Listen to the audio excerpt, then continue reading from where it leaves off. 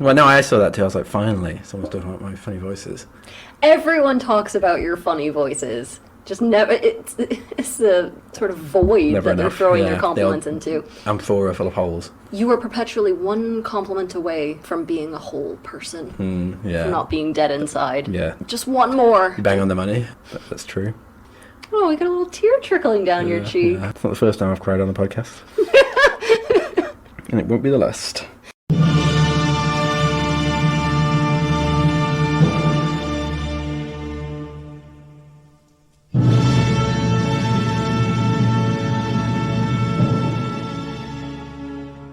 Welcome to Save Me From My Shelf, a literature podcast where we take classic tomes off their pedestal to make you less anxious about reading them. Our jokes come from a place of love and for a specific teaching purpose. However, if you think that making fun of great literature, and maybe some mild swearing, is offensive, this might not be the podcast for you. Hello, you are listening to Save Me From My Shelf. I am Abby, and Hadrian's Wall sitting across from me is Daniel. Wait, I thought they were meant to be like Englishy things, and that's sort of Anglo-Scottish. Or Roman.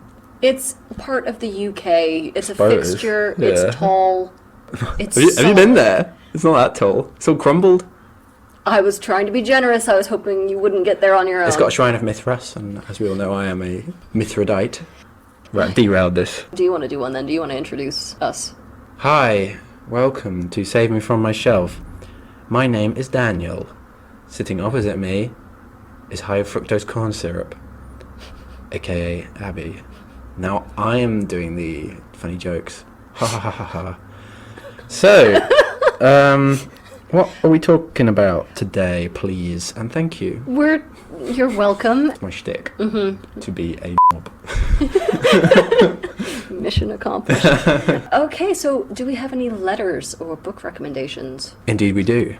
After telling everyone to pull their finger out last week, I clearly spooked a few people because they have written to us. The first message is from someone called Neve. Hi, I love your podcast. We are currently studying The Great Gatsby in school, and the episode you guys did on it has been really useful as a way to recap the book in my mind. No problem. So thank you for that. Then I should have said no problem. Yeah, finish the sentence. I also loved your Frankenstein episode, as it is one of my favourite books. Oh, Neve, you're a fool. We didn't know what we were doing. We were terrified in that episode. Yeah, well, I'm glad you like it, but... The good works shine through. Could I recommend Great Expectations or Twelfth Night? Once again, thanks. I know nothing about Twelfth Night, actually. I've never read it, never seen it, couldn't tell you one thing about it. Here's a little confession. I marked A-levels on Twelfth Night, and I hadn't read it. They're going to demand all your money back. No, I did good marking. You can tell a good essay from a bad. That Malvolio, Yellow Stockings. That's 12th Night, right? Why? I literally... You don't listen to me. Sometimes, Daniel, I just think you're not really hearing me. No. Our second letter is from the mysterious A.M. I don't know who that could be. I'm not going to lie, we spent a very long time trying to think up funny celebrity names that start with A.M. and couldn't think of one. No, yeah, so please, if you're out there and you're aware of celebrities whose initials are A.M., please write in and tell us who our mysterious correspondent is. Could be anti-meridian. Could be the morning. The morning. Yeah. The concept of the morning. Morning's more than a concept, it's a real thing. I don't quite know what that's all about. It's all socially constructed. No, it's not, it's real. Okay. Little letter from Anti-Meridian, my favourite aunt. Dear Abby and Daniel, a brief note of thanks for your podcast. It was recommended to me by a friend, and now I eagerly await every episode. Aww. Ooh, that's nice, isn't it? They are getting better and better. Well, there you go. So, I mean, they were quite bad at the beginning, so yeah, it's a contest of inches. And it's a great shame it doesn't come out every week. That would literally kill me. Yeah. It just about kills me as it is, and I am off work at the moment. Yeah, I mean, yeah, I'll just do my bonus material, maybe my one-man show and things for the off weeks. Hamlet was the best yet. You both sounded so relaxed that I felt like I was eavesdropping on a private conversation. You were? Yeah. Could you please get the f*** out of my office? In all honesty, you two have been a great comfort to me during a bad time in my life. Oh, I'm sorry to hear that. Yeah, it's a bad I'm sorry time that we're the comfort. yeah, I know that. Yeah. As the days in front of us seem to be getting darker, your warmth, goofiness, so I'm the warm one, you're the goofiness You've one. never been accused of being warm a day in your life. Your warmth, goofiness, clear affection, and easily digestible smarts. Stick out like a ray of sunshine. Your students must be very lucky and learn a lot from you. They are and do. This old dog has certainly learned a few new things. Wow, we've beaten the proverbs. That's exciting. I hope you have plans to keep making this show for a long while. I don't have any book requests. I will listen to anything you record. Cherish each other and the good you're doing in the world. Wow, Aww. good we're doing in the world. God. That's really nice. Yeah, thank you, AM. And please write in with your celebrity name, because I know you're a celebrity. I know it. Or write in with who your friend is, so we can thank them for recommending. Wouldn't it be funny if AM wasn't famous, but their friend was? What, like Tyra Banks listens to the show? Tyra Banks recommended it to her good friend AM. We do have one correction. In the last episode... I don't think this is a correction. I think you're being too hard on yourself. Carry on. Oh. Although I did think when you said it, I was like, what?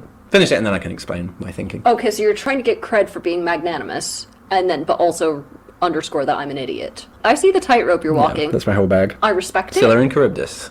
And in the last episode, I said it was the Danes that gifted bicycles to each other. I was thinking of the Dutch. They are the famous bicycle riders. I'm a fool. No, see, that's what I was thinking. When you said the Danes and bikes, I was like, well, that's weird because I normally associate that more with the Dutch. But Copenhagen is considered a very good city for cycling. So Okay. I think you're fine. I think a Dane would appreciate a bike. Okay, Daniel giveth. Is Daniel going to take it away? No, that's it. Just that I did think No, that no, don't. You don't. You're not nice. maybe You- it'll come later, maybe. Okay. We also have an update on our corporate mandate that we become real friends. So a couple of episodes ago, I revealed that we don't actually like each other at all. And corporate was pretty annoyed by this, so they've been sending us on a bunch of different sort of activities to make us get on. This time they sent us on a Steve Coogan, Rob Brydon, The Trip-style journey around the Midlands, hoping we'd bond over a lot of boozy meals.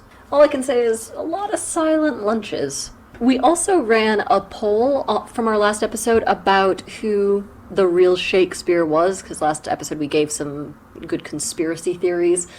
Y'all are so basic. You all just said, Shakespeare is Shakespeare, one dude. They should have suggested alternatives. I was waiting for that, where people are going, wait till you hear the crazy thing I've said. But no. There was something I wanted to say that maybe you can keep this or not. But I remembered reading somewhere about the etymology of surnames, and it was saying that some people think that the etymology of the name Shakespeare, their ancestor somebody walked in on them pleasuring themselves. Oh! I love an author conspiracy theory, like just sort of intellectually, I find them fascinating. If you have any more author conspiracy theories, please send them in. I will happily read them. So, Daniel, what is our text today? It's bleak. Bloody bleak. We're in Britain. It's 1,000 years ago, but it's still pretty recognisable. Grim and grey, drizzle drains down into meres and mires. The sea froths with scum onto slate-coloured sands. The chief occupations of the English are peasant or monk. Life is dreary. But they still recall the old days, their ancestors, the Angles and the Saxons and the Jutes and all them lot, who not that long ago had arrived and driven the Celts to the coast. And they even tell some of the old stories, including today's text, Beowulf. Goes without saying we are going to spoil this text for you. The trigger warnings, just generally monsters and violence. I don't know that I can get much more specific than that. Okay, do you want to do some background? Yes, please. This is an Anglo-Saxon epic poem, written in Old English. The language of the Anglo-Saxons. They just called it English, probably. We are reading a translation by Seamus Heaney.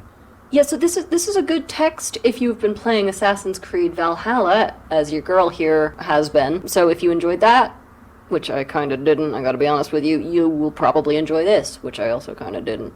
You didn't enjoy Beowulf? I thought it was bloody great. I really enjoyed it. It's probably my favourite one.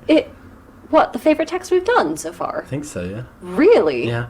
Is it because you're a big boy and you liked all the gore? Well, we can talk about that, but I think it was more the poetry. I've not read a lot of poetry lately, and that was nice to get back into that. It's kind of historically ambivalent, isn't it? So it's set, as I was saying in the scene, it's set in kind of pagan Scandinavia, so there's loads of sort of sacrifices and trolls and warrior codes and things, but it's also kind of written from the point of, well, like I think it was, this version was written in Christian England, so there's kind of lots of allusions to Christianity. There's these two value systems and two ages that sort of jostle alongside one another, which I quite like. That's quite weird. There's no rhyme scheme or any kind of metrical rules like that. So the main devices in Old English poetry, instead of rhyme and meter, are alliteration. And also, everyone's favourite, kennings, a kind of metaphor that describes its object via a compound term. So the classics are sky candle, meaning the sun, whale road, the sea. There's so many kennings in this. I think we're going to do a little ding or sound effect. That's good, yeah.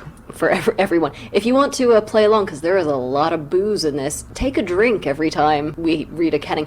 Or don't, you might die. I was wondering about kennings and the idea of the two value system as well. Ooh, I like that, yeah. But just, I mean, they're so prevalent in this, but it's these two sort of disparate things that cohere to make a slightly awkward but ultimately poetic whole. Yeah, well, I've got loads to say about kennings, but I'm sure you do. But yeah, I think it is in part about disjunction, isn't there? So yeah, I like that. Finally, there's a bit of ambiguity about authorship, as is common with epic poems. Also the dating, also how it was originally, its original medium, whether it was originally an oral poem or whether it was, first written down, and also its kind of heritage. So was it based on one older legend, or was it a composite of more than one? Is it a kind of retelling or a commentary on older works? Or is it just a kind of completely original work that just kind of plays on the older mythic tradition? I don't think anyone really knows, do they? I mean, obviously neither of us is a scholar of Old English literature, but I think the jury's kind of a bit out on this. It could have been written any time between, 700 AD and 1000 AD. And there's like an ambiguity of like, even if it was written down then, did it come from something earlier? Was there an oral tradition before that? Yeah. What I like is that we're kind of following in the line of oral tradition by retelling this. Yes. Okay, so in line with that oral tradition, pull up a chair and a horn of liquor, only if you were of the legal drinking age, because I know we have some high schoolers listening to this. Or not, whatever, I'm not your mother. Just make good choices. Or don't, because nobody in this poem does. Just skull, motherfuckers.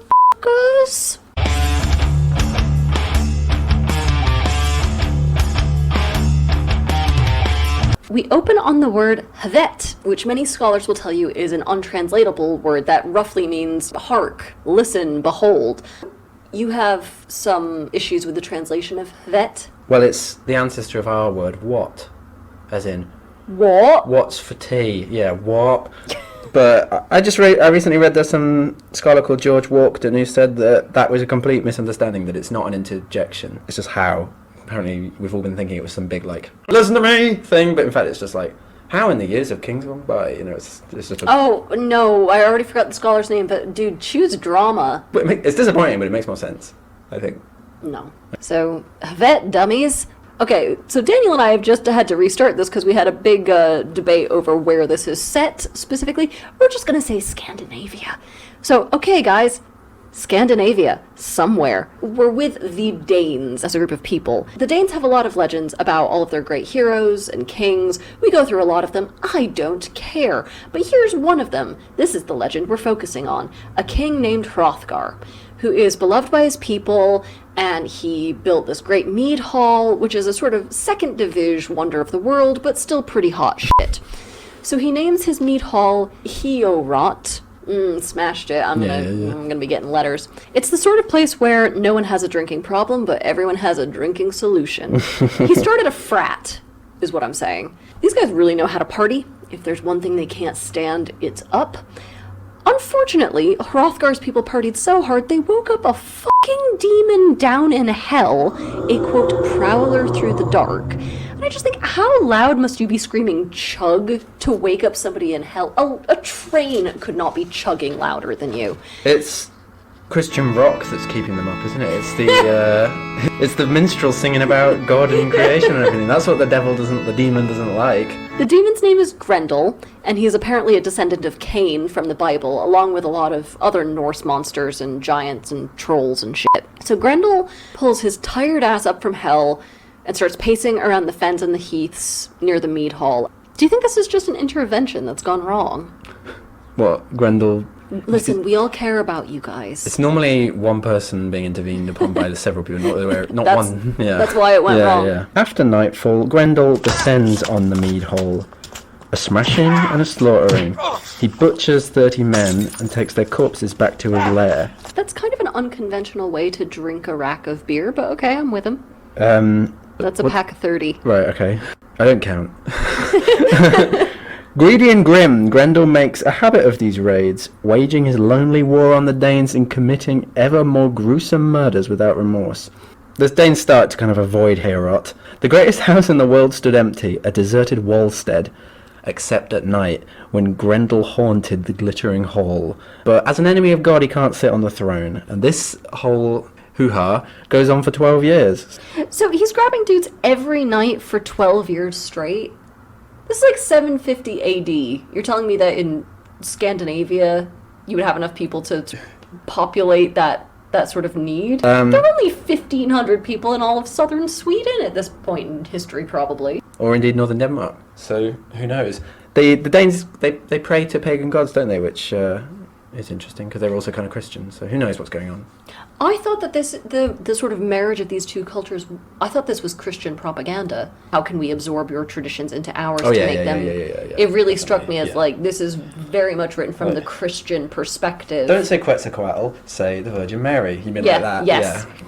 Hrothgar and his people try everything, but nothing works. I mean, you guys could just stop partying. It's like they're trying to get stabbed. Yeah. Turn up the music, brah. Daddy's gotta get stuck. You wrote that this is a spooky timeshare. Yes, I did. Yeah. Which I really liked. Until one day, word reaches a mysterious swordsman and lord in a foreign land named Beowulf.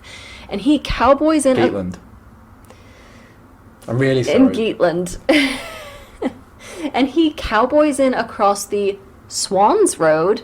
What is the Swans Road? Special road for swans? No, it's the sea. A lot of traffic today on the Swans Road. Whale broke down on the 89.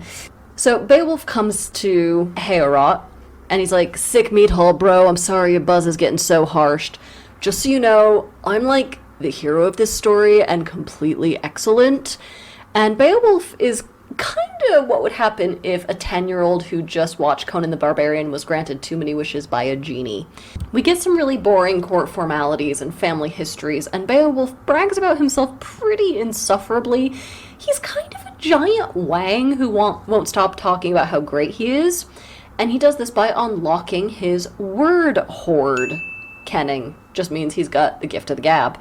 And he also says that he is more than a match for Grendel. So just this Trump motherfucker comes in saying that he's the best, he's the bravest, he's the smartest. He also says that he can beat Grendel without any weapons or armor and with his big dick energy tied behind his back. Then a dude named Unferth pipes up. And Unferth doesn't really think Beowulf is quite such a hot shit, and he isn't afraid to say so. So he's like, hey, are you that same Beowulf who got into a stupid pissing contest once with a guy named Brekka, where you both did this foolhardy swimming contest and everyone thought you were idiots, and also you lost to Brekka? And Beowulf's response is, hey, we were both drunk, we cannot be held culpable for anything we do or say, and also I beat Brekka and slew a sea beast while I was out there, which I'm sure it is he just saying he like started punching the ever-loving shitfire out of a whale? Yeah, I lashed out and gave as good as I got with my sword. My flesh was not for feasting on. Instead, in the morning, mangled and sleeping the sleep of the sword, the sea monsters slopped and floated like the ocean's leavings. Poor little Free Willy. That's Scandinavia in a fucking pill. Just a drunk, cold swimming contest that ends up with putting Shamu in a chokehold. Okay, so then Wealhtheow, Hrothgar's queen, and somebody who apparently my spell check recognizes. Yeah, mine did too, yeah. I went, wow, okay. She comes into the hall, and she thinks Beowulf is just the tits, and they all start drinking. But in fairness to them, you know how you have to drink all the malt liquor once you open it, otherwise it'll go off, right? Of course. Hrothgar then entrusts the mead hall to Beowulf and his men, knowing that Grendel's going to show up soon, and he's like, good luck, hope you survive the night. Hrothgar and Wealhtheow go off to have sex, and with death on their doorstep, I bet they get real freaky with it. I bet they do it all 3 of the ways. Okay. The party was like old times, but then as dusk falls, they were all like feeling Grendel approach. That's such a scary bit. He plotted all day from dawnlight until darkness gathered around again over the world, and stealthy night shapes came stealing forth under the cloud murk. In off the moors, down through the mist bands, god-cursed Grendel came greedily loping. Like you being called for a big breakfast. He rips the front door off, and, as a runs his eyeball across the sleeping geats. They don't notice the door being ripped off. I suppose they've overindulged. Yeah, you wrote in the script, heavy sleepers, and I just wrote, vodka. He grabs and mauls one of the men, bit into his bone lappings, bolted down his blood, and gorged on him in lumps. Bone lappings recur in this poem, and I'm not entirely sure what they are, but they don't sound like something that I'd want to be bitten into. It's just like sucking out the bone marrow, isn't it? Do you think? I thought it was the... No, I thought the bone lappings were the parts of flesh that kind of were connected to the bone. Grendel then turns to Beowulf, who's apparently asleep, and prepares to attack him with his talon. But Beowulf is not asleep. Here's the other thing. Oh, wait? Yeah, thank you. He didn't have as much to drink as the other. I think he just can hold it. I don't know, his blood alcohol is at awesome, but that's under the legal limit in Scandinavia. Of course, yeah. He quickly gets Grendel and, puts him in an arm lock. Beowulf, I don't want to put, I can't belabor the point anymore. He is strong. Grendel quails and recoils, but cannot escape. He screams so loud that even the Danes, hiding away outside of Heorot, can hear it. This is 100% some business dudes trying to out-handshake each other. Although all these toxic practices pass down to the current crop of blokes, don't they? Yes. The other Geats try and attack Grendel, but no blade on earth, no blacksmith's art could ever damage their demon opponent. For some reason he resists swords, magic or something. Beowulf still has Grendel in the arm lock. The monster's whole body was in pain. A tremendous wound appeared on his shoulder. Sinews split. Safe word. What's the safe word? Pineapple. Jubilee. They didn't know about pineapples in medieval Scandinavia. He rips off Grendel's arm, and the monster runs off, exhausted in spirit and beaten in battle, bloodying the path, hauling his doom to the demon's mere. The bloodshot water wallowed and surged. There were loathsome upthrows and overturnings of waves and gore and wound slurry. I bloody love that.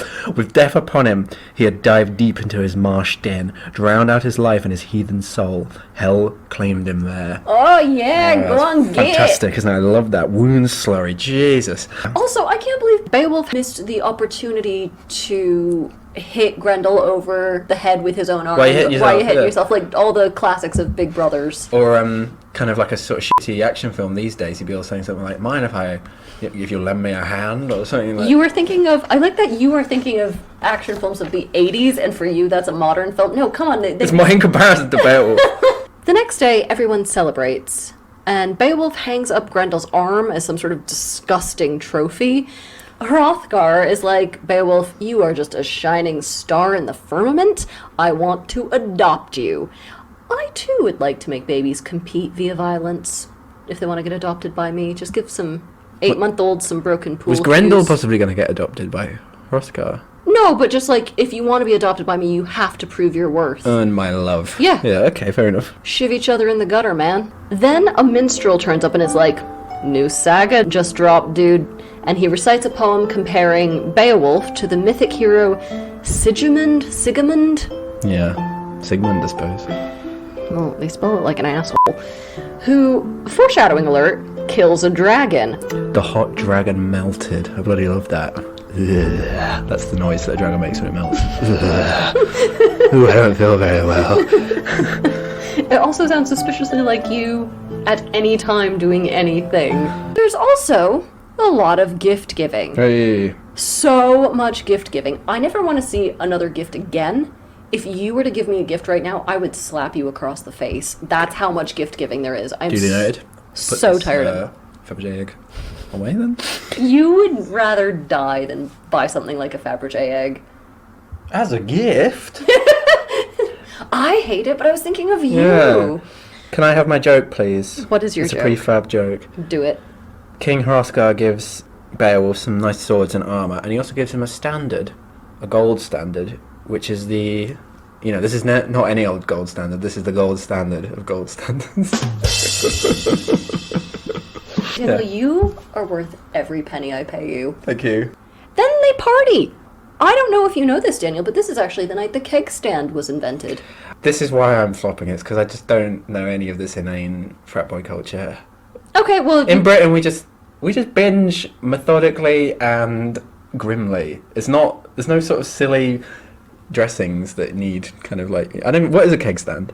It's where people stand you upside down and you grab the hose from the keg and you chug while you're upside down. No, I don't like any of that nonsense. In England, we just sit there in silence, swigging from the special brew can. Oh my god, I just got a flash forward of you when you're 85 years old. Forward and back. And present. Yeah. Look, I'm not saying that I prefer the frat boy culture. I don't.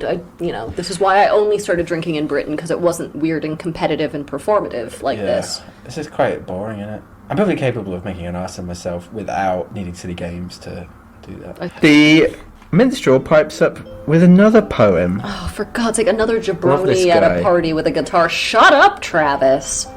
Jabroni. This one is about a feud between the Danes and the Frisians. The Danish princess, Hildebert, married the Frisian king, Finn. They put their differences beside them, got married. It's a diplomatic thing. Here's hope. They have many happy years together. No, they don't. There's a duel between the two families at the Frisian court, and it very quickly turned into a bloodbath. The tribes kind of hold out in different rooms of the big hall, house divided. That's quite a good bit, I like that. And then there's a great bit about the funeral after the fight, once they cool things down. Carcass flames swirled and fumed. They stood round the burial mound and howled as heads melted, crusted gashes spattered, and ran bloody matter. So it's a bit of a downer after Beowulf's triumph to hear about this. What's on with you this episode? You're normally such a delicate little flower. The poetry that I like. This is also an inversion of Hamlet a little bit. Do you think that they ate the potato salad from the wedding at the funeral? Ooh, yeah, this is an inversion of Hamlet. I like that. Yeah, the wedding baked potato salads did coldly furnish the funeral feast. The Danes eventually kill King Finn. Probably not coming. Sounds like it if he's killing his guests. And take Hildebert back to Denmark. So it's a bit of a Scandinavian Iliad, isn't it?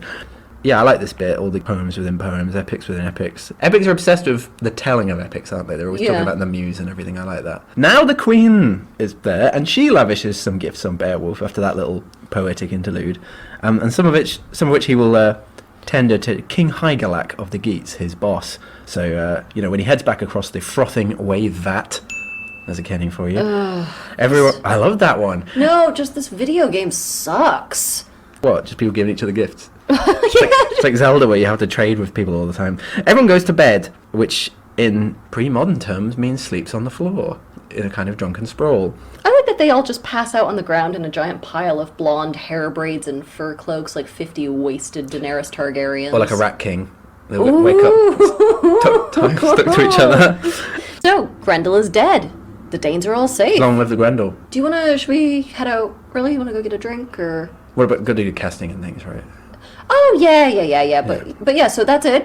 Thank you for coming. That's the end of the story. Oh, wait. Or is it? Because then we get, quote, Grendel's mother, monstrous hellbride, brooded on her wrongs. Nice. I think, I'm in your phone as monstrous hellbride, aren't I? And she attacks when they're all sort of in their cups, and she steals Hrothgar's best friend, Aesir, and she steals back Grendel's severed arm and takes them to her lair. That's not on. Beowulf is in another lodging for the night, so he's not there to stop her. That sounds like an inside job to me.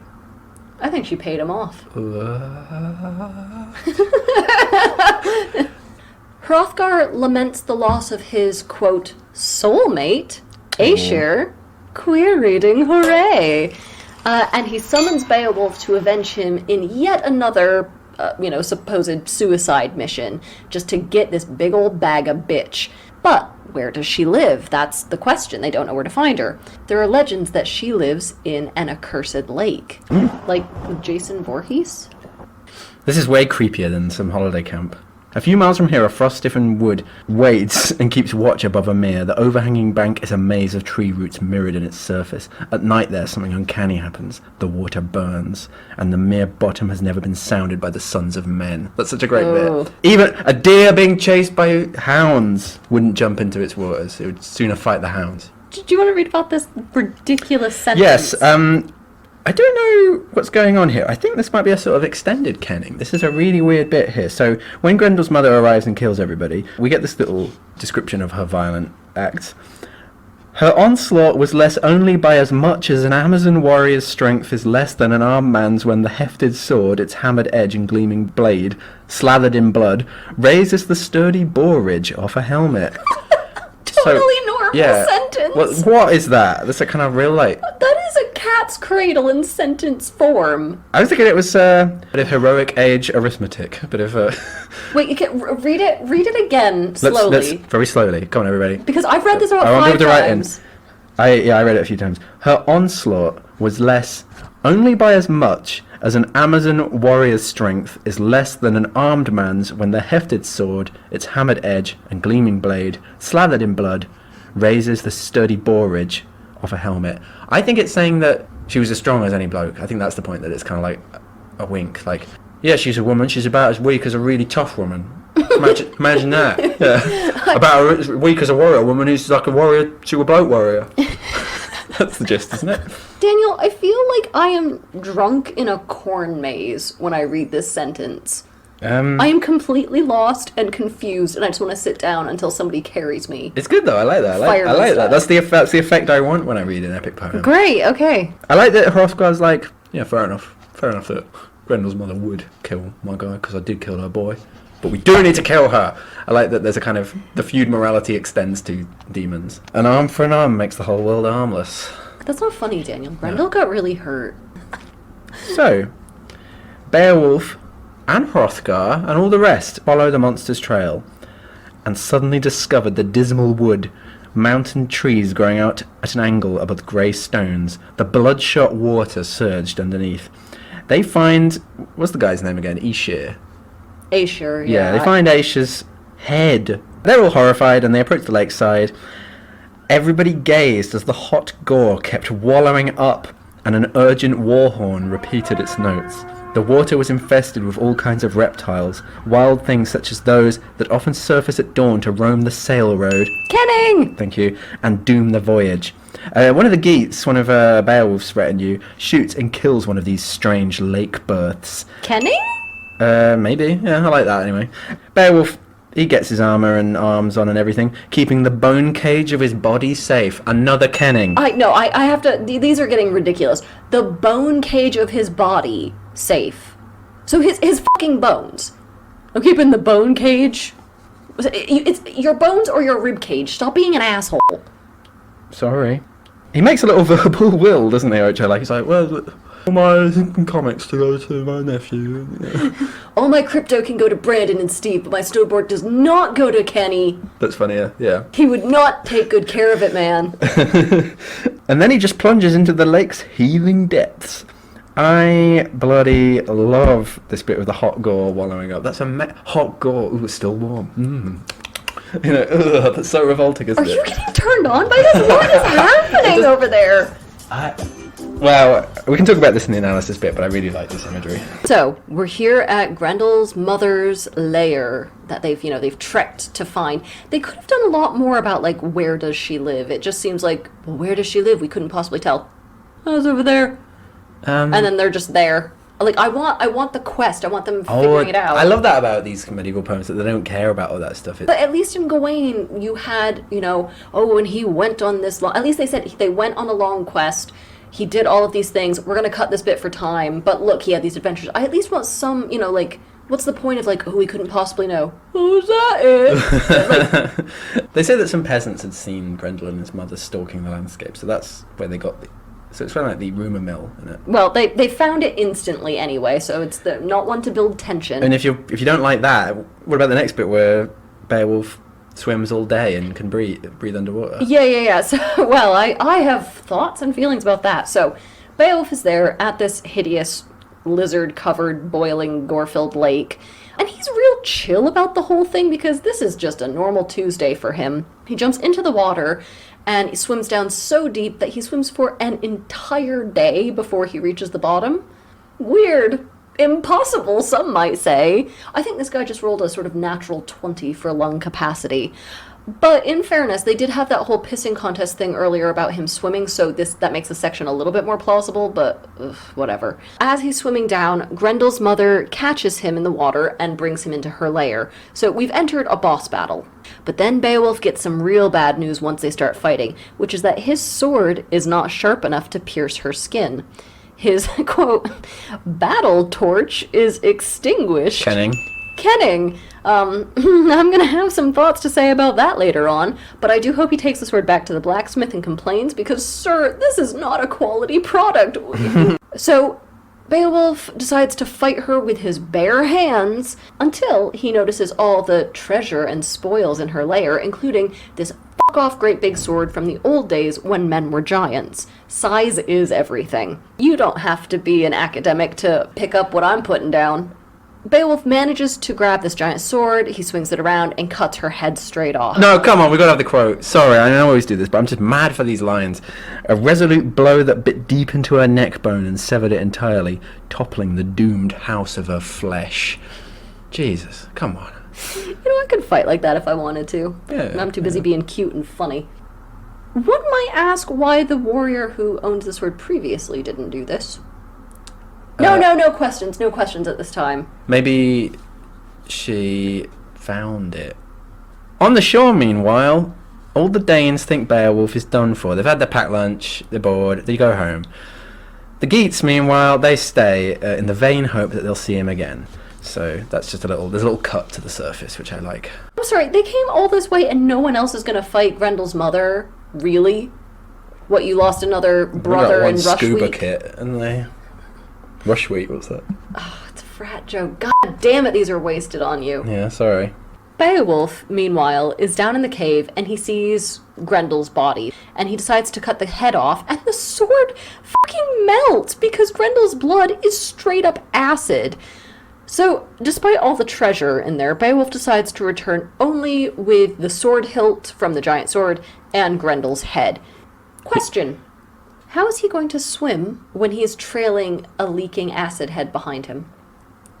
I think he'll swim about as well as an Amazon would swim in conjunction with Michael Phelps if Michael Phelps had the flu but was stronger than ever. That was pretty funny. He comes back in fine fettle, doesn't he, which I like. The Geats all come back to Heorot. They got Grendel's head on a spear, more acclamation from Hrothgar, more retelling of the story from Beowulf. Beowulf likes to recapitulate his stuff, doesn't he? Yeah, by all means, let's see again the thing we just saw. I like that. If this were a movie, this would be the scene where you would get up and go to the bathroom. Beowulf gives Hrothgar the giant sword hilt. They have a bit more talk about the power of kings. Hrothgar's like, beware pride, Beowulf. Who knows, maybe it was my own pride that brought Grendel to the hole in the first place. So we've all learned something. That's nice, isn't it? After 12 years of slaughter. And then they immediately forget it because they have a giant party because we haven't had a horn of mead in 6 pissing minutes. I'm getting a contact high just reading about these dudes. Yeah, like you need a drink after the kind of day Beowulf's had. I know, but drinking is what got them into this. They partied so hard they woke up a hellbeast. A nightmare hellbeast, Daniel. Beowulf decides the job is done and it's time for him to bounce. And Hrothgar thinks that Beowulf is just the absolute tits and should become king of the Geats. They high-five for probably like 75 minutes and they crush a bunch of tin cans on their heads and they give each other more gifts. Are we re-gifting at this point? Because what could possibly be left in Hrothgar's hall that has not been given to somebody at this point? I think you underestimate how much Jesus. trash how many tchotchkes this guy's got. Here's a little porcelain shepherd. Thanks, King Hrothgar. So Beowulf's men set sail and they go back to Beowulf's uncle Hygelac's stronghold? Hygelac, I'm saying. And then they all start drinking. I'm exhausted. Yeah. So we're back in Geatland, business as usual. King Hygelac and Queen Hygd are just, doing whatever it is they normally do. Drinking. The minstrel, they've got a minstrel too. Great. Everyone's got one. The minstrel's telling a story about the great Queen Modthryth. She's a bit of a ball-buster, isn't she? Beowulf returns and he recounts his adventures. Yeah, by all means, recap the entire fucking story we've heard up to this point. It's a good bit. It's not about narrative content, it's about poetical formulations. I was wondering if there is actually a practical element to this, because we're recapping things so much. Is this for stories that get told over multiple nights? Yeah, maybe, Is this last week on Yeah, Beowulf? yeah, you're obviously right, aren't you? Yeah. So he shows off his treasures, gives some of them to hwæt.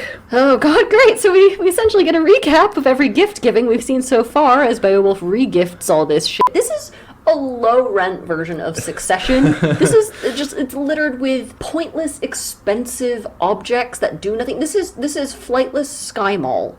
What Sky Mall? Next, we got a strange bit, don't we? Because the narrator of the poem speaks in first person. I heard he presented Hygd with a gorget. What's a gorget? What's a gorget? Gorget. It's like a little cleavage shield. It's like a necklace that covers the good bits. And then this leads to a little fast forward through Beowulf's life. Upon returning to Geatland, he gained newfound respect from the Geats, because until that point they didn't really think much of him, and he became a big landowner. A few years later, both hwæt and his son Heardred, Beowulf's uncle and cousin, both died in battle, so Beowulf became king of Geatland and ruled it well for 50 winters, grew old and wise as warden of the land. The end. The end! That's great, isn't it? I'm so pleased that Beowulf just died in his sleep. Had a few adventures and then ruled justly and wisely for 50 years. Wow, we can cut out early then, I guess. Do you want to get a horn of mead over at the local horn meadery? Or the mead hornery. I don't... That's a different place. Oh no, wait, except one day, some local dudes, late in Beowulf's reign as king, stumble across a cave, and they find it full of treasure. One of them takes a goblet, and can I just say that finders keepers is a terrible mantra by which to live your life. Have you guys not seen No Country for Old Men? So they don't realize that they're at basically the fire escape entrance or whatever for a dragon's den. And the dragon immediately, because they always do, notices the Grand Theft Goblet and goes on a rampage. Why do dragons like treasure? Why do magpies like treasure? Yeah. Do crabs do as well? Are crabs fascinated by shiny things? Got the old crabs. Not sure. The old crabs obsessed with the family jewels. Yeah. Oh no! I love we need some stuff about the dragon, please. Oh, I'm sorry. No, this is the point in the afternoon where the recording takes a turn. Just family jewels have come out. The slick-skinned dragon had guarded the heathen gold for 3 centuries until the intruder unleashed its fury. He rippled down the rock, writhing with anger when he saw the footprints of the prowler who had stolen too close to his dreaming head. That's great, isn't it? I love that, the dreaming dragon. I mean, you can really see Tolkien's ripping it off. Yeah. I know he translated exactly. a version of Beowulf. Translated. I'm doing scare quotes for the listeners. I love this bit about the weird psychology of the dragon. The dragon flew around the barrow when he found out that he'd been robbed, worked himself up by imagining battle, and with fierce impatience took his pent-up fury out on the Geats, belching out flames and burning everything. Why is the dragon... this is the most psychology that we've got so far, and it's about the dragon. So the dragon gets furious and burns down a bunch of Geat villages. He just really goes to town. And so Beowulf, who, let's keep in mind, is very old at this point, so he's presumably 70 or 80. He's one day away from retirement, right? I mean, he's got a bad feeling about this. He may or may not be getting too old for this shit. Yeah. And he vows to battle the, quote, Sky Plague. Kenning! Hooray! He's like the Duke of Wellington strapping on a sword at 80 and going to hunt for Spring-Heeled Jack. He's just like that. We get a few kind of reminiscences from Beowulf's life. Flashbacks are never a good sign when you're like 70 and about to do a major boss battle. I mean, we're getting the Spielberg sentimental lighting, we're getting Irish flutes, everything's going slow-mo here. So Beowulf and a kind of retinue of young warriors, some young bucks, they go to fight the dragon, and they cajole the original grave robber guy to take them to its domain. He led them to the earth vault he alone knew, an underground barrow near the billowing sea and heave of the waves. Ooh, I love that. It's so bleak. Beowulf, preparing to do battle with the dangerous and watchful warden of that trove, is unsettled yet steady, sensing his death. We get yet more memories. Hooray! I love all this, the wistful stuff. He talks a lot about Swedes. He doesn't like them. The Geats and the Swedes apparently don't get on. The root vegetable? Yeah, exactly, yeah. We call them turnips in Cornwall. We call them turnips in the US. You call Geats as well. turnips too? Yeah. Okay. He makes a final formal boast. Beowulf loves his final formal boasts. Now I am old, but as king of the people I shall pursue this fight for the glory of winning. It's not about looking after him or anything. It's not about stewardship over the state. It's just about glory. I would rather not use a weapon if I knew another way to grapple with the dragon and make good my boast, as I did against Grendel in days gone by. But I shall be meeting molten venom in the fire he breathes. So I go forth in mail shirt and shield. Just go into the light already. I'm sick of this. You don't need to explain why you are wearing armor. Can you imagine the level of toxic masculinity where you feel like you need to explain why you're wearing armor going up against a fucking dragon and you're not a pussy for doing it? No, it's like a kind of, it's not like that. It's like a kind of guide thing, isn't it? Like you'll notice that I'm wearing fine mail. I got this from a normal hardware store. I do have a sword. You'll want to get a pretty 3 foot long single-handed sword. You know, it's like that, isn't it? It's like a guide. Is that Jimmy Stewart's DIY YouTube channel? You've been watching that too. So Beowulf squares off against the dragon and once again finds that his sword isn't up to the task. Well, he's getting on in years. I just love the bit where the dragon comes out. Pouring forth in a hot battle fume, the breath of the monster burst from the rock. There was a rumble underground. Beowulf the warrior lifted his shield. The outlandish thing writhed and convulsed and viciously turned on the king. Come on, that's great. You need that. Imagine that, the big puff of fire, and then he's out. Showmanship. Carry on. Yeah, throw a little Barnum, a little razzle-dazzle. Yeah, exactly. So the battle's going pretty badly. The Horde Guard took heart, inhaled, and swelled up, and got a new wind. The Horde Guard is the dragon, by the way. Beowulf is filled in fire, as a result of whatever happened there. Even worse, no help or backing was to be had from his high-born comrades. His hand-picked troop breaks rank, and they run for their lives. Only one Thane stays. His name was Wiglaf. Wiglaf. I'm not looking at you. Stop trying to make eye contact with me. And when he saw his lord tormented by the heat of his scalding helmet, he remembered the bountiful gifts bestowed on him. So loyalty is measured in booty. Maybe in more ways than one. I mean, did Beowulf ever take a wife? They keep calling the kings ring givers, don't they? And there is a bit of that sense that like all of the thanes are sort of their like male harem. Mm-hmm. So I think there is a lot of that going on. Wiglaf has a go at his peers. You damn worms, you fair weather fiefs. So Wiglaf joins in the fight, brandishing his ancestral blade. We get a bit of stuff about that. I don't want to talk about that because it's boring.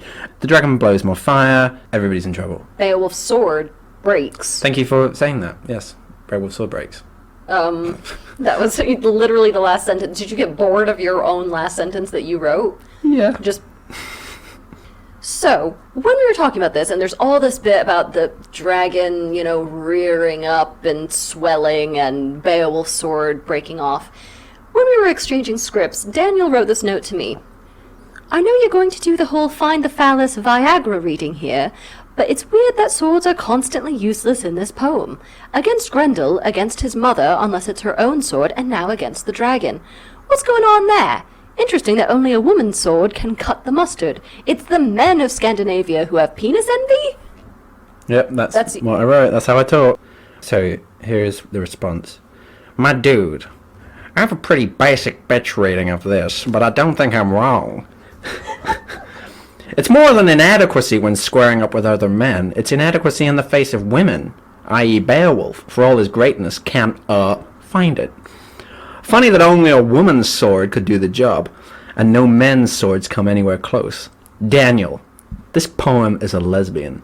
Someone had to fucking say it. So, I mean, we're going to talk a lot more about dick imagery in this, but it is really weird that the men are very dick measury with each other, but Grendel's mother, it's only her sword that can do it. I mean, it's just, this does feel... I'm going to stand by my reading. This poem itself is a lesbian.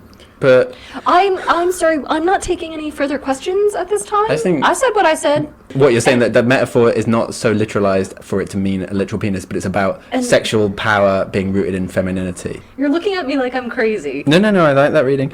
Finally, the dragon swoops in a third time and he bites Beowulf on the damn neck. I'm not really sure how that's possible because he surely would have just bitten his whole dang head off. It's a dainty nibble. He's trying to savor Beowulf. We got a gentleman up in here.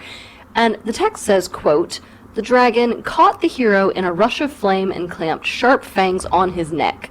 Beowulf's body ran wet with his lifeblood. It came welling out." Ooh, that's great. With his dying breath, Beowulf is able to stab the dragon in its tender undercarriage. Ooh, me tender undercarriage. But Beowulf, who has just had his damn neck chewed off by a dragon, which is apparently also poisonous, which is sort of not mythology I had ever known, he's still somehow alive, and his warriors try to give him some medical care, but Beowulf is already thinking about that great mead hall in the sky. He starts musing on his life and deeds. Great, so more recapping. And Beowulf's final order is to tell his men to go loot the dragon's treasure, and then he orders the construction of a great big tomb for his body to lie in. The narrator mourns the dragon as well, which I like. That's charming. No longer would his snake folds ply themselves to guard gold in the hoard. Never again would he glitter and glide and show himself off in the midnight air. Oh, that's sad, isn't it? You are so useless to me in this episode because you're actually really, enjoying it. I am really enjoying it. It's ridiculous. I know I am really enjoying it, though. Wiglaf. You remember him? He rebukes the other cowardly lords, and he's like, "Oh, I'm worried that with Beowulf's death, some hard times lie ahead for the Geats."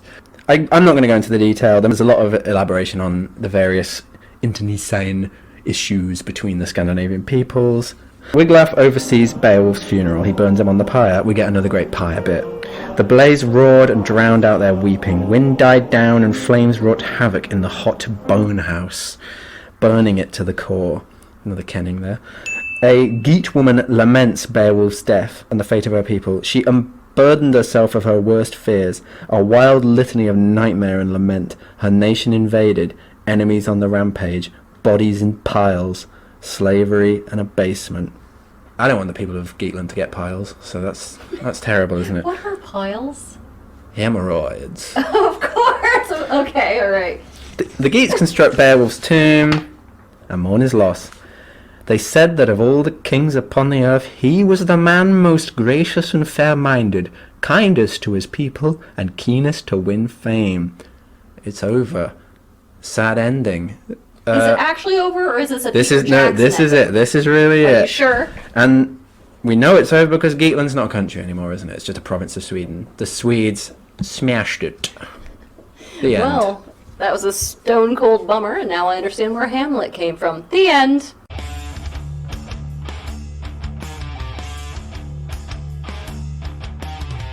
Beowulf, wow. The first work of English literature, unless you count the Seafarer. Which I don't. Okay. You know my feelings on this. Yeah. Casting. I think you know where I'm going to go with this. Vince Vaughn. What? I've never once said that name to you. This frat pack. No. Like, what's it called? Old School. Mm-hmm. I bloody love that film. Do you actually? Because I can't tell with you. You said that in a way that could go either way. Obviously not. I don't like that film. I'm more of a kind of Tarkovsky kind of guy. That famous dichotomy, old school or the works of art. I think it kind of is the Okay. dichotomy, right? I think they are mutually exclusive. Anyone out there who is both a fan of Tarkovsky and old school, I want Please to write. hear Yeah, from you. I do want to hear I from you. need I want you to be brought in for study. So, this would make a great 80s action film. Something so macho it veers into camp and just has a preposterous body count. And I have a Dane who was alive in the 80s who would have been perfect. A young Mads Mikkelsen who would have been in his early mid-20s in the late 80s. I want Alan Rickman as Grendel. I want Linda Hamilton or Sigourney Weaver as Grendel's mother, and I want Rutger Hauer as Hrothgar. And I haven't specifically cast Hrothgar's wife, but I want her to look nasty 80s hot, like she's just come from rolling around on the hood of a car in a Whitesnake video, or like she's a tramp in the movie Roadhouse. Oh, this is a real And sacrilegious. And in the final battle scene, I've even given the score. because it would be just so perfect for the movie that I've invented in my head. I want them to play blondies one way or another. You're so mad at me right now. We have got so... I'm imagining like a kind of Ingmar Bergman, black and white, brooding... Occasionally there's a bit of fighting, but it's mainly just people going like... Oh no, I've thought about that direction. Life is hard. Life is dreary. The world is full of chaos and vicissitude. And he plays chess against Grendel's mother. Yeah. No, look, I thought about going in that direction. But no, the also, flesh is weak. The bone mappings are weak. Do some analysis, please. All my points are pretty dreary. I was thinking about the kind of weird conjunction of Christian and pagan values, and I kind of thought pagan on one side, honor, plunder, feuds, violence and all that, versus like magnanimity, divine right, demons and things. And I was just thinking, is that just like what medieval culture is? Are we kind of seeing the sort of early stages of their convergence, the convergence between barbarian codes and Christian codes? I just thought that was interesting. I don't know anything about the Middle Ages, but I feel like the Middle Ages is that, right? It's a kind of hodgepodge of Christian and barbarian values. Somewhere, my best friend Justine is cracking her knuckles. She's gonna whoop your ass. Okay. And I'm gonna let her. She's the barbarian and I'm the monkish Christian type. Okay. Well, I was thinking about this, though, in terms of time scales as well. It's divided into 2 periods in his life. Possibly 3, I suppose, if you talk about his backstory and him fighting the sea beasts and things. So I suppose he does have some sort of legendary history. The 2 periods of his life are given fairly equal weight, and the 3 monsters in his life are all given fairly equal weight. Yet we remember Grendel the most. Why is that? There's something weird going on here with time and division and the pacing of this. There is a kind of, like we were saying with all the false endings and stuff, there is a sense that the Grendel story is the most glory-filled and the most iconic, and then everything else gets a bit stranger. Which is weird, because Grendel's mother, that seems to me to be the more impressive. They had to hunt her down, he had to swim there, he had to kill her, even though no sword could pierce her. He had to swim back, he had to, Well, the dragon's pretty impressive too. And exactly, but why Grendel? I suppose Grendel is the guy that started the whole thing, isn't he? Maybe that's it. It's the kind of, he's the impetus for the narrative. And he himself is a legend, because everyone around Scandinavia is talking about Hwæt's problems with Grendel. Mm-hmm. The poem itself has it is set in a kind of epic past, isn't it? A kind of fantasy world of pre-Christian, but also pseudo-Christian practices, but it also has its own epic past, doesn't it? It has the kind of the world of the giants, the Gigantomachy, and all the kind of the origins of war and everything. So I think it's a very time conscious poem, and it doesn't really have any answers. It's just kind of aware of it as a kind of weird phenomenon. Yeah. Beowulf is kind of a supernatural figure, isn't he? There's a lot of parallels between Beowulf and the dragon. It's kind of like these are the last figures of this heroic age. So I feel like maybe there's a bit of that going on with... They're almost losing a battle to the Christ figure, who they don't even know that they're fighting. Yeah. It's a war being waged on a completely different plane, and they're losing and they don't even realize it. What about like nationalism and stuff? I thought that was... Because there's loads of Geats, Danes, Swedes, Frisian, Franks, all these different tribes and shit. But it's not like a lot of other epic poems where it's kind of like, and the end, that's why the Welsh live in Wales, or, things like that. There's not much of that. It's more just kind of like, it's all chaos and we're all killing each other. But there's also a lot of intermarriage, and they're not really distinguished from each other in any way. So I think I don't know if it's a deliberate commentary, but it certainly reads like that nowadays, of we're all basically the same, we're all fighting just for arbitrary glory. Yeah. Who cares? But it's just how we do. Yeah. I mean, the fact that it's English and there's no mention of England at all. It's clearly England remembering its Scandinavian roots. But do we get that with other sort of invading forces in England? So, like, the Normans. Is there some sort of Norman poem that we've co-opted? Why this one? I suppose to some extent Arthurian legend is borrowing very heavily from the French. That's a weird Celto-Brittonic French hybrid thing, isn't it? So I suppose, you're right. That's the Norman thing. You have a lovely note here that I really like. Gender, a bloody blokey yarn. It is a bloody blokey yarn, isn't it? Yeah. Women really do play second fiddle here, and that's why the queer readings are rampant in this, as are just the general sort of penis readings. It's really hard not to see them, frankly. I can't get over the fact that Grendel's mother doesn't have her own identity, or you can't give her a name. She's scarier than Grendel, and she gave birth to him, so it's like there's a sort of like power there. Yeah. What, deeper, darker. You think that's kind of sexist or something? I think that's incredibly sexist. Yeah, I suppose it is. I was going to say I quite like it from a sort of Freudian point of view, but that's still sexist, isn't it? But I like her as this kind of, You thought the grandmother was scary. Wait, the mother figure. Mummy's coming to get you. The big thing about it is, okay, even if it is a patriarchal poem, or if it is a kind of male-centric poem, its sense of masculinity is not even all that great, is it? So, okay, Beowulf is some kind of all-round super hunk, and can kind of apparently just do whatever he likes. But even he's a kind of boaster, and there's this sense that every other man in the world is a kind of coward or a braggart or a drunkard or a dotard, and they just can't meet the task. People keep running away from situations. Hrothgar can't protect his own people from Grendel. So all the men in it are fairly rubbishy as well. Patriarchy can't recoup its costs. That's interesting. It's a shit system, but it's the only system we've got. That seems to be the message okay. of... I'd be willing to entertain this as a poem that is sexist and is also an indictment of masculinity. I love the kind of weird vitality of the world, that every part of the world is kind of alive, but in the most disgusting way. Like, everything's floating with gore and shit and murk and everything and mire, but it's all kind of alive, and it all has its own kind of vitality and its own symbolic value, but in the worst possible way. I love that. There's a kind of really nasty optimism, or maybe you'd call it, I don't know. I love that. That's the great thing about poetry, isn't it? That everything exists in its own right. Sorry, I'm quietly smiling at you because that's the most you reading of this poem, and I think you've convinced me. You've pulled me away from a sort of, not necessarily dislike, but a certain dissatisfaction with this poem. But I think you're right that there's something there, and it is, I think, that sort of, I don't want to keep coming back to the sort of Viking spirit of this sort of glory, and there is only life through death and violence.